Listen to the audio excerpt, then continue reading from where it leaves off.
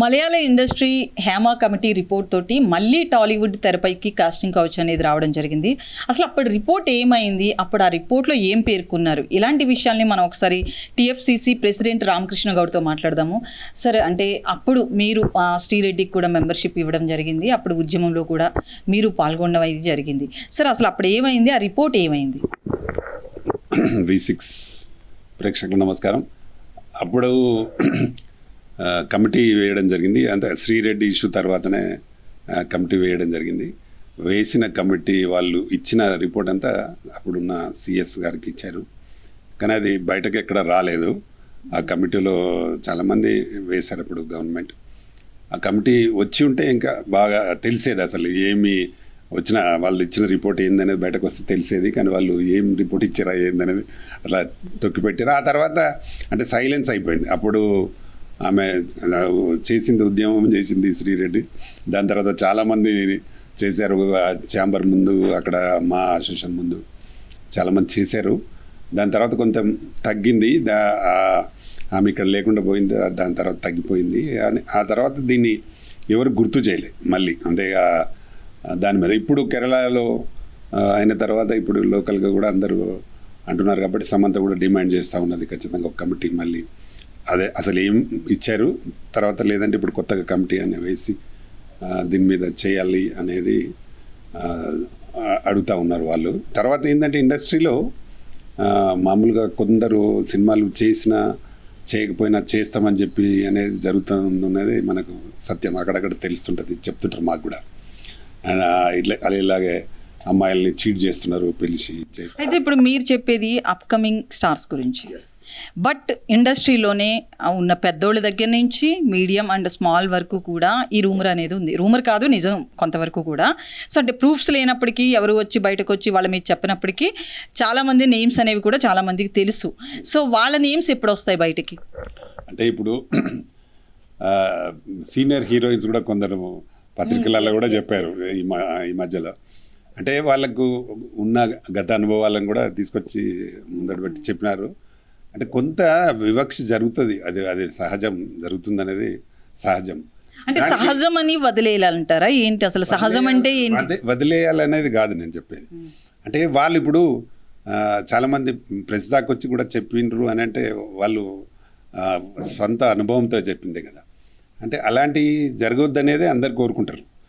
కాకపోతే ఒక ఇండస్ట్రీ అనే టార్గెట్గా చేసి చూస్తున్నారు అనేది చాలామంది అంటుంటారు. కానీ ఇండస్ట్రీనే కాదు, బయట కూడా జరుగుతున్నాయని చెప్తుంటారు కదా సార్. యాక్చువల్లీ ఇండస్ట్రీ నుంచి కామెంట్ అనేది వినిపిస్తుంది. ఇండస్ట్రీలోనే కాదు, మీడియా దగ్గర నుంచి మామూలు కంపెనీల వరకు ప్రతి చోట సాఫ్ట్వేర్ కావచ్చు, హార్డ్వేర్ కావచ్చు, అన్ని చోట్ల ఉంది అంటున్నారు.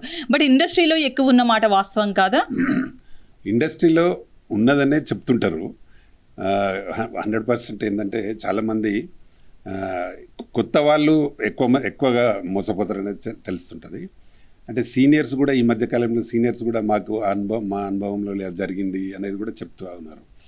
తర్వాత ఏంటంటే అసలు ఈ కమిటీ అనేది 100% రావాలి. అంటే ఎక్కడో ఒక దగ్గర చెక్ పెట్టకపోతే ఇంకా వచ్చే అంత పెద్ద ఎత్తున అప్పుడు ఒక సోషల్ యాక్టివిస్టులు కావచ్చు అందరూ కూడా ఏకతాటి మీదకి వచ్చి అంత పెద్ద ఎత్తున ఉద్యమం చేశారు. ఒక కమిటీ అనేది ఫామ్ అయింది. కమిటీ తర్వాత ఒక రిపోర్ట్ ఇవ్వడం జరిగింది. ఆ రిపోర్ట్ని బీఆర్ఎస్ గవర్నమెంట్ తొక్కుపెట్టింది అంటారు. ఇది ఎంతవరకు వాస్తవం అంటారు? 100% వాస్తవం కదా. ఇప్పుడు ఒక సిఎస్ చీఫ్ సెక్రటరీకి కమిటీ వాళ్ళు ఇచ్చిన తర్వాత అది బయటకు రాలేదు అంటే దాన్ని నిజంగా కూడా తొక్కిపెట్టినట్టే కదా. కాబట్టి దాన్ని బయటకు ఇప్పటికైనా బయటకు తెస్తే, ఇప్పుడున్న సిఎస్ గారైనా దాన్ని బయటకు తెస్తే ఆ కమిటీ కంపల్సరీగా ఉంటుంది కదా. ఆయన పోయింటారు కానీ వాళ్ళు ఇచ్చింది డెఫినెట్గా ఉన్న సిఎస్ దగ్గర ఉంటుంది. దాన్ని బయట పెడితే అసలు ఏం జరిగింది, ఏం ఆ రిపోర్ట్ అంటే ఏముంది అనేది తెలుస్తుంది బయటకు, ప్రజలకు కూడా తెలియాలి. అంటే అసలు మీకున్న అవగాహన మేరకు ఆ రిపోర్ట్లో ఏముందంటారు? నాకు నిజంగా కూడా తెలియదు, ఎందుకంటే నేను మెంబర్ని కాదు. నేను మెంబర్ అయితే డెఫినెట్గా చెప్పేవాడిని. నేను కాదు. ప్రెసెంట్ మెంబర్స్ కావచ్చు, ఎవరైతే ఆ రోజు కమిటీ మెంబర్స్ ఉన్నారో వాళ్ళు, అలాగే ఆ రోజు స్పందించిన వాళ్ళు కావచ్చు, వీళ్ళందరి నెంబర్స్ స్విచ్ ఆఫ్ వస్తున్నాయి. ఎందుకంటే నేను చాలా మందికి చేశాను, స్విచ్ ఆఫ్ వస్తున్నాయి, అవుట్ ఆఫ్ స్టేషన్ అంటున్నారు, కొంతమంది అసలు ఫోన్ లిఫ్ట్ చేయట్లేదు. సో దీన్ని ఎట్లా చూడాలంటారు? అంటే కమిటీ కూడా కుమ్మక్క అయింది అనుకోలే ఏంటి పరిస్థితి? ఇప్పుడు వాళ్ళు ఇచ్చింది బయట, అంటే వాళ్ళు చీఫ్ సెక్రటరీ గారు బయట పెట్టాలి తేనే బాగుంటుంది అనే దాని మీద చెప్పుకున్నారా ఏందో నాకు తెలియదు అది. కానీ చెప్పాలి, భయమేముంది, వాళ్ళు ఒక మెంబర్గా ఉన్నప్పుడు వాళ్ళకి తెలిసిన విషయాలు నిజమేంది అబద్ధమేంది అని తెలిస్తే చెప్పడంలో తప్పలేదు, 100% చెప్పొచ్చు. మరి వాళ్ళు ఎందుకు భయపడుతున్నారో వాళ్ళకి తెలియాలి అది. కానీ గవర్నమెంట్ అయినా దీన్ని బయటకు తీసుకురావాలి. అందులో ఒకసారి కమిటీ ఒక నిర్ణయానికి వచ్చి, కమిటీ చేసినప్పుడు ఒక నిర్ణయానికి వచ్చి, నిర్ణయాన్ని వాళ్ళకి ఇచ్చినప్పుడు దాన్ని డెఫినెట్గా ప్రకటించాలి. అసలు గతంలోనే గత ప్రభుత్వమే ప్రకటించాల్సింది, దాన్ని ప్రకటించలేదు. కనీసం ఈ ప్రభుత్వం ప్రకటించి దీన్ని డెఫినెట్గా సీరియస్గా యాక్షన్ తీసుకుంటే బాగుంటుంది అనేది నా ఉద్దేశం. అంటే అయితే ఈ కమిటీ ప్రకారంగా చూస్తే కనుక రిపోర్ట్లో ముఖ్యంగా పాత రిపోర్ట్లో ఏముంది అనేది బయట పెట్టాలంటారా, కొత్త కమిటీ వేయాలా? కొంతమంది కొత్త కమిటీ వేయాలి అంటున్నారు, కొంతమంది లేదు ఆ పాత రిపోర్ట్నే బయట పెట్టాలి, ఎందుకంటే అందులో ఇండస్ట్రీ పెద్దల నుంచి నేమ్స్ ఉన్నాయి అంటున్నారు. ఇది ఎంతవరకు వాస్తవం?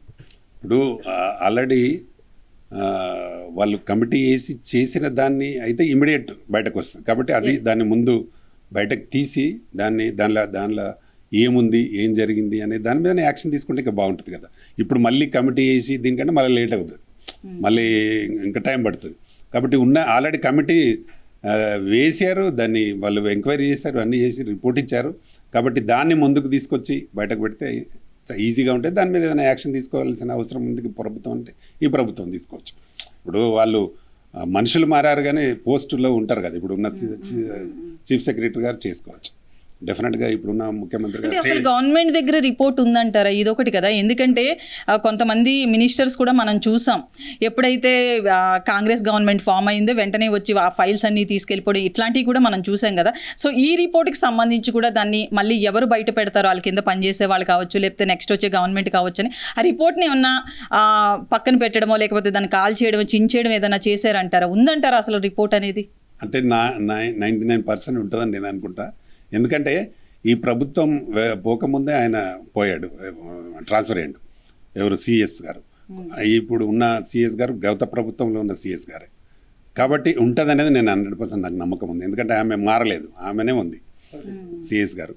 కాబట్టి తప్పకుండా ఆ రిపోర్ట్ ఉంటుంది అని నేను అనుకుంటున్నా. ఆ రిపోర్ట్నే ముందు బయట పెడితే తొందరగా విషయాలు తెలుస్తాయి. వాళ్ళు ఏం మాట్లాడి, వాళ్ళు ఏమనుకున్నారు, ఏమిచ్చారు రిపోర్టు, దాన్ని తొందరగా బయటకు తీసుకురావడానికి అవకాశం ఉంటుంది. కాబట్టి ఆ రిపోర్టును ముందు పెడితే బాగుంటుందని నా డిమాండ్. సో అంటే ఇప్పుడు బీఆర్ఎస్ గవర్నమెంట్ అలాగే ఇండస్ట్రీ పెద్దలు వీళ్ళిద్దరూ కలిసి ఈ రిపోర్ట్ ఆపారా, ఓన్లీ బీఆర్ఎస్ అంటారా? అసలు వీళ్ళిద్దరికి అంత సంబంధాలు ఏంటి? ఇప్పుడు ఇండస్ట్రీ పెద్దల బీఆర్ఎస్ కాదు. ఇప్పుడు ఒక చీఫ్ సెక్రటరీ అనేవారు, ఆయన అఫీషియల్, ఒక ఐఏఎస్ ఆఫీసర్, ఆయన వారి దగ్గర ఉన్నప్పుడు ఆయన బయట పెట్టాలి ముందు. లేదండి, ఇప్పుడు సీఎంఓ లేకపోతే మినిస్టర్, అప్పుడు కేటీఆర్ కావచ్చు, ఎవరు ఫోన్ చేసినా సీఎస్ ఆపేస్తారు కదా. ఇప్పుడు పర్మిషన్స్ ఎట్లా ఇచ్చారు మనం చూస్తున్నాం కదా. అంటే అది ఎలా జరిగింది అనేది నాకు నిజంగా కూడా ఐడియా లేదు. దాన్ని వాళ్ళు చెప్తా అంటే ప్రభుత్వంలో ఉన్నప్పుడు అయితే అది సహజంగా జరుగుతుంటాయి.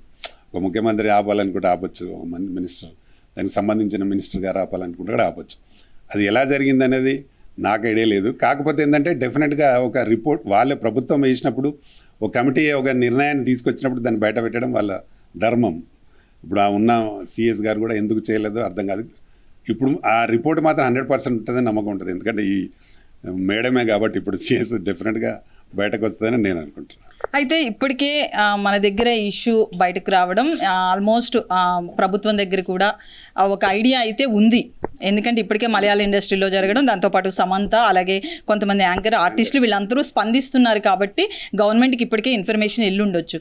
మీరు ఒకవేళ ఆ కమిటీని రిపోర్ట్ బయట పెడితే ఎట్లాంటివి ఉంటుంది, ఫర్దర్గా యాక్షన్స్ ఎట్లుంటాయి అంటారు? అసలు అది డెఫినెట్గా బయట పెట్టాలి.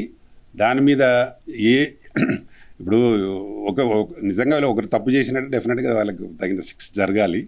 జరిగినప్పుడే దానికి రియాక్షన్ ఉంటుంది.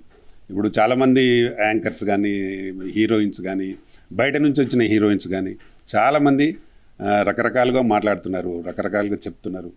ఇప్పుడు ఒకరేమో వాళ్ళు ఇలా అంటే ఇంకోరు వీళ్ళు ఇలా అని చెప్తుంటారు. కానీ దాని మీద గవర్నమెంట్ ప్రభుత్వం ఒక మంచి డిసిషన్ తీసుకుంటే నిజంగా కూడా బాగుంటుంది.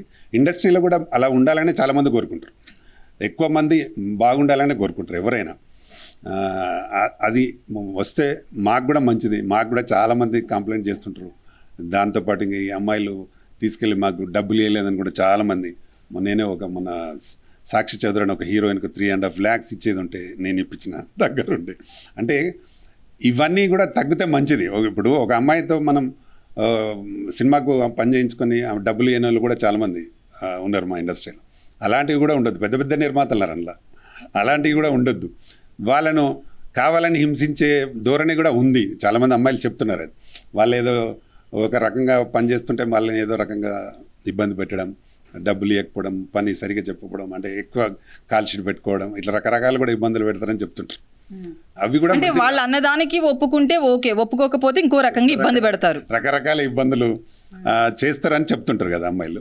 అది అది కరెక్ట్ కాదు కదా. నిజంగా కూడా నువ్వు పని చేయించుకుంటే, నువ్వు డబ్బులు ఎంత ఇస్తున్నావు అంత పని చేయించుకుంటున్నావు ఓకే. వాళ్ళను కావాలని ఇబ్బంది పెట్టి వాళ్ళు ఇంకో రకంగా మాట్లాడుతున్నారని చాలామంది మాట్లాడుతుంటారు.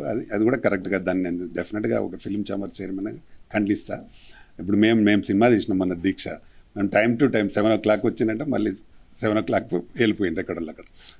అట్లా నేను ఒక 15 రోజులు చేసాను కంటిన్యూ షెడ్యూల్.